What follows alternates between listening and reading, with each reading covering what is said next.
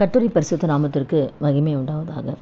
இன்றைய வசனம் யாத்திராகம் 34வது அதிகாரத்தில் கூட மோசே அவனுடைய சமூகத்துக்கு வரும்பொழுது சுத்திகரித்து ஜெபிக்கிறார்.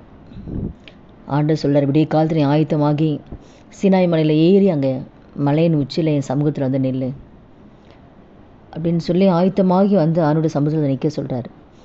அப்போ தான் மோசே வந்து தன்னை சுத்திகரிக்கிறார்.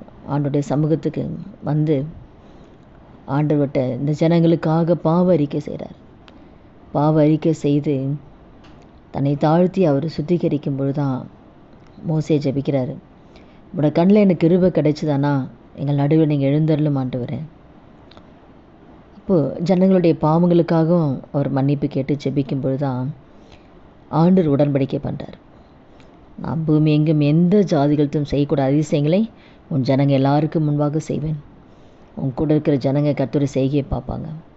உன் கூட இருந்து நான் செய்கிற காரியம் அது பயங்கரமாக இருக்கும். அப்போ மோசே என்ன ஜெபிக்கிறார்? ஆண்டவரே எழுந்தருளும் ஆண்டவரே, நீங்கள் எழுந்தருளும் அப்பா, எங்கள் நடுவில் நீங்கள் எழுந்தருளும். நீங்கள் எழுந்தாதான் ஆண்டவரே எங்கள் வாழ்க்கையில் அற்புதம். நீங்கள் எழுந்துருங்க ஆண்டவரே, எழுந்தருளும் ஆண்டவரேன்னு சொல்லி ஜெபிக்கிறார்.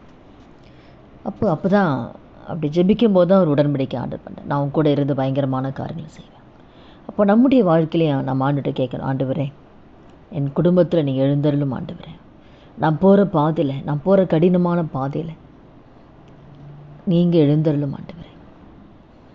என்னுடைய வியாதி நேரத்தில், என் மரணப்படுக்கையில் நீங்கள் எழுந்தருளும் ஆண்டவரே. அவர் எழுந்தல்னா போதும், வியாதி மாறிடும். அவர் நம்ம குடும்பத்தில் எழுந்தல், நம்ம குடும்பத்தில் இருக்கிற பிரச்சனைகள் மாறிடும். நம் குடும்பத்தில் இருக்கிற கவலைகள் மாறிடும், துக்கங்கள் மாறும்.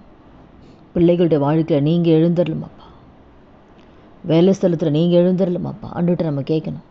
மோசே அப்படி கேட்டனால்தான் எங்கள் நடுவில் நீங்கள் எழுந்தருளும் ஆண்டவர்னு சொல்லி மோசே கேட்கும்போது தான் கர்த்தர் இறங்கி வந்து உடன்படிக்கை செய்கிறார் மோசே கூட. அப்போ அவர் எழுந்தல்னா பயங்கரமான காரியம் செய்வார். அப்போ தான் ஆண்டவர் வாக்கு கொடுக்குறாரு, நான் உன் கூட இருந்த பயங்கரமான காரியத்தை செய்வேன்.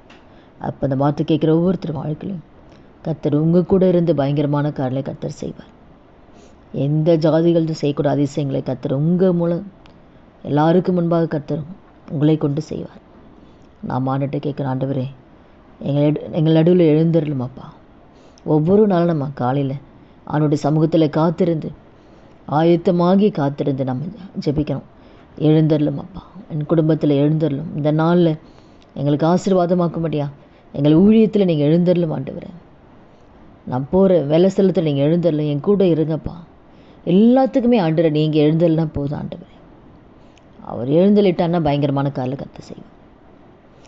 எந்தெந்த காலத்தை நீங்கள் வேதனைப்பட்டு கொண்டிருக்கலாம், பிள்ளைகளை குறித்து, பிள்ளைகளுடைய எதிர்காலத்தை குறித்து, குடும்பத்தில் தேவைகளில், கடன் பிரச்சனை, என்னென்ன காரியத்தை குறித்தெல்லாம் நீங்கள் வேதனைப்படுறீங்களோ கர்த்தர் அந்த இடத்துல எழுந்தருளினாருன்னா கடன் பிரச்சனைகளை கர்த்தர் மாறும். உங்கள் வாழ்க்கையில் இருக்கிற என்னென்ன காரியங்களாக நீங்கள் எதிர்பார்த்து கொண்டிருக்கலாம் அந்த காரியத்துக்குள்ள ஒரு முடிவு கொடுப்பார். கோர்ட்டில் ஏதாவது கேஸ் போட்டிருக்கீங்களா?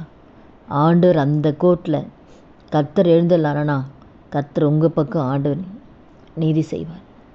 எல்லாவற்றிலுமே கர்த்தர் எழுந்தல்னா போதும், உங்கள் வாழ்க்கையில் அற்புதம் நடக்கும். பயங்கரமான காரியங்கள் உன்னோடு கூட இருந்து நான் செய்யும் காரியம் அது பயங்கரமாக இருக்கும். நான் ஒவ்வொரு நாளும் ஜெபிக்கலாமா? ஆண்டவரே எழுந்தருளும் அப்பா, எங்கள் குடும்பத்தில் எழுந்தருளும், பிள்ளைகளுடைய வாழ்க்கையில் எழுந்தருளும். ஒவ்வொருத்துக்கும் நீங்கள் எழுந்தருளும் சொல்லி எப்படி மோசே ஜெபிக்கிறாரோ, உங்களுடைய கண்களில் எனக்கு கிருபை கிடைச்சா எங்கள் நடுவில் எழுந்தருளும் ஆண்டவர். அதே போல் நாம் ஜெபிக்கலாமா? ஆண்டவரே உங்கள் கண்ணில் கிருபை கிடைச்சா எங்கள் குடும்பத்தில் எழுந்தருளும் அப்பா, பிள்ளைகளுடைய வாழ்க்கையில் எழுந்தருளும், வேலை ஸ்தலத்தில் எழுந்தருளும். எந்தெந்த கடினமான பாதை உங்கள் வாழ்க்கையில் இருக்கோ அதெல்லாம் நீங்கள் ஆண்டவர்கிட்ட ஜெபிங்க. நீங்கள் எழுந்தருளும். நீங்கள் ஜெபிக்கும் பொழுது நிச்சயமாக உங்களோடு கூட இருந்து ஆண்டவர் பயங்கரமான காரியங்களை கர்த்தர் செய்வார். ஜெபிக்கலாமா? துதிகள் மத்தியில் வாசம் செய்ய நல்ல தகப்பனே, இயேசுவின் நாமத்தில் சமூகத்தில் வருகிறோம். இந்த வார்த்தை கேட்குற ஒவ்வொருத்தர் வாழ்க்கையில் ஆண்டவரே அப்பா, ஒவ்வொருத்தர் வாழ்க்கையில் நம்முடைய கண்களை கிருபை கிடைத்து அவள் வாழ்க்கையில், அவள் குடும்பத்தில், அவங்களோட வியாதியில் கர்த்தர் எழுந்தருளி கர்த்தர் பயங்கரமான காரியங்களை கர்த்தர் செய்து ஆண்டவரே உங்கள் நாமத்தை நீங்கள் மையப்படுத்தும்படியாக ஜெபிக்கிற ஆண்டவரே இந்த கரத்தில் ஒப்பு கொடுக்குற இயேசுவின் நாமத்தில் ஜெபிக்கிறோம் நல்ல பிதாவே, ஆமேன்.